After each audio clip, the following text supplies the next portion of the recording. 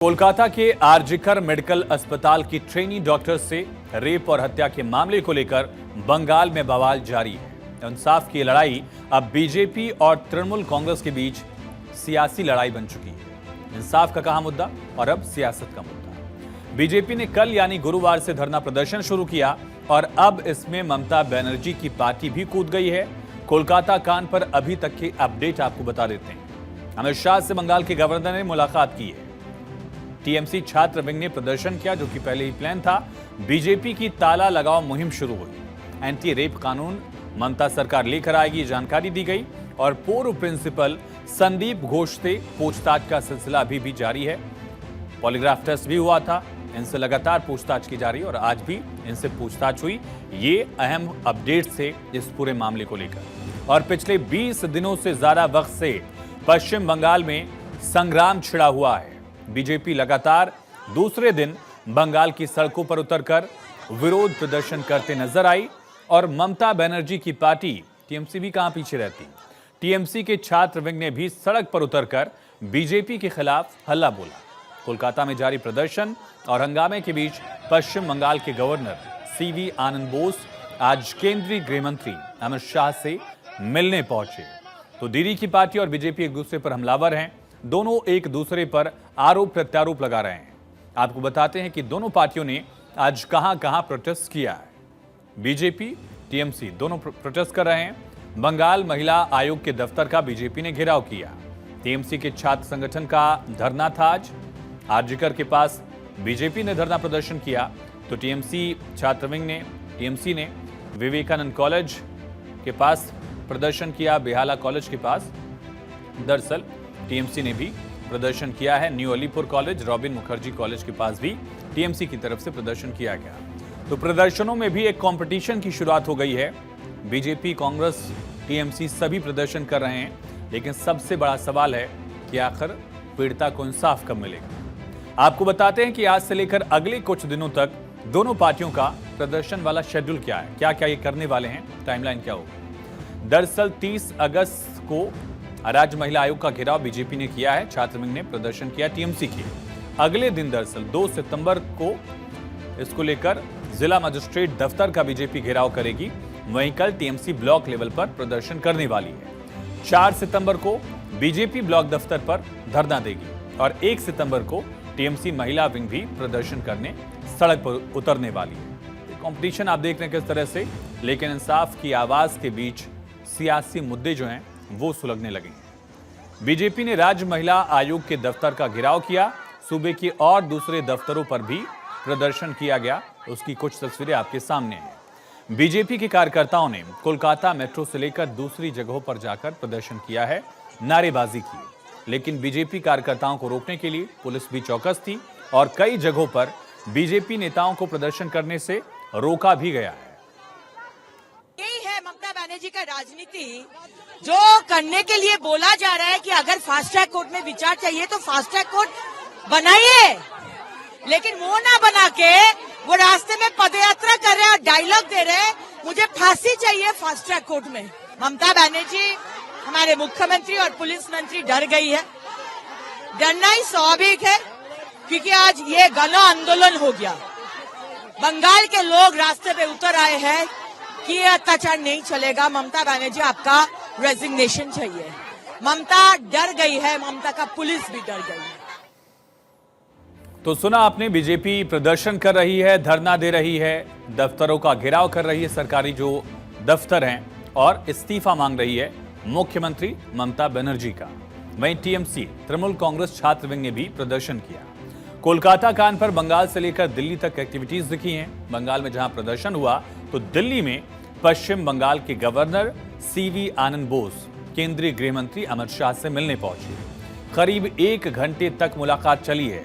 मुलाकात में गवर्नर बोस ने बंगाल की पूरी स्थिति के बारे में अमित शाह को ब्रीफ किया, एक तरह से जानकारी दी। और जैसे ही गवर्नर ने अमित शाह से मुलाकात की, उसके कुछ देर बाद ही कोलकाता रेप हत्याकांड को लेकर मुख्यमंत्री ममता बनर्जी ने पीएम मोदी को एक बार फिर से लेटर लिख दिया। ये दूसरा लेटर है।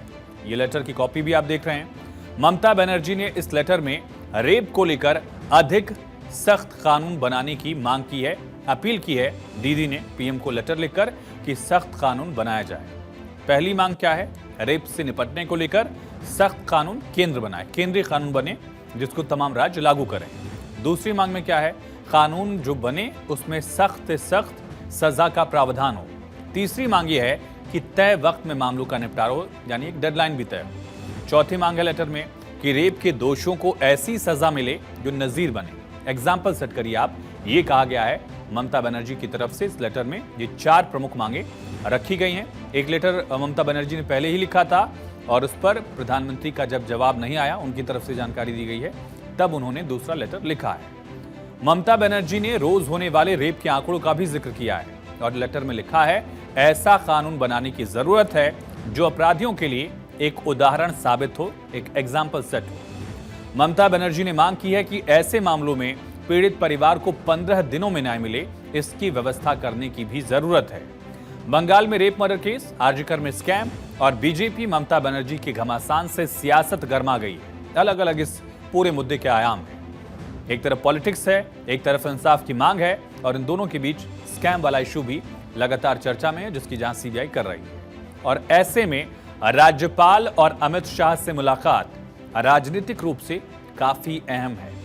गवर्नर की अमित शाह से मुलाकात के तुरंत बाद ही ममता बनर्जी का पीएम मोदी को लेटर लिखना भी तमाम अटकलों के साथ देखा जा रहा है। इसको लेकर कई तरह के गेस चल रहे हैं। ट्रेनी डॉक्टर के साथ हैवानियत को लेकर देश भर में हंगामा मचा। हर कोई इस वक्त पीड़िता को इंसाफ देने की मांग कर रहा है। सोचिए 9 अगस्त से लेकर 30 अगस्त तक की तारीख आ गई है। 21 दिन इस पूरे मामले को गुजर गए, लेकिन अभी भी देश में आक्रोश थम नहीं रहा है। सड़कों पर प्रदर्शन का सिलसिला दिख रहा है, धरना दिया जा रहा है। कुछ जगह हड़तालों की शुरुआत भी हुई थी। हालांकि गनीमत यह है कि हड़तालों का सिलसिला खत्म हुआ, लेकिन हक की आवाज, पीड़िता के इंसाफ की मांग को लेकर लगातार इस तरह के प्रदर्शनों का सिलसिला अभी भी दिख रहा है। और इन सब के बीच पॉलिटिकल पार्टियां भी प्रदर्शन कर रही हैं। टीएमसी ने प्रदर्शन किया, आज बीजेपी प्रदर्शन कर रही है, कांग्रेस ने भी कल मार्च निकाला था। हालांकि पूरे मामले को लेकर बंगाल सरकार के रवैये से पहले ही जनता में भारी आक्रोश है इसको लेकर। और इस बीच टीएमसी नेताओं और सीएम ममता बनर्जी के स्टेटमेंट से भी हंगामा और ज्यादा बढ़ा है। पीड़िता के माता पिता ने भी मुख्यमंत्री ममता बनर्जी की हालिया टिप्पणी पर निशाना साधा है। मृतक के परिजनों ने सवाल उठा दिया। উনি যেটা কালকে বলেছেন ওটা আমার ভালো লাগেনি। পরিবার চায় না বিচার, এটা কি? আমার মেয়ে চলে গেছে, আমি বিচার চাইবো না?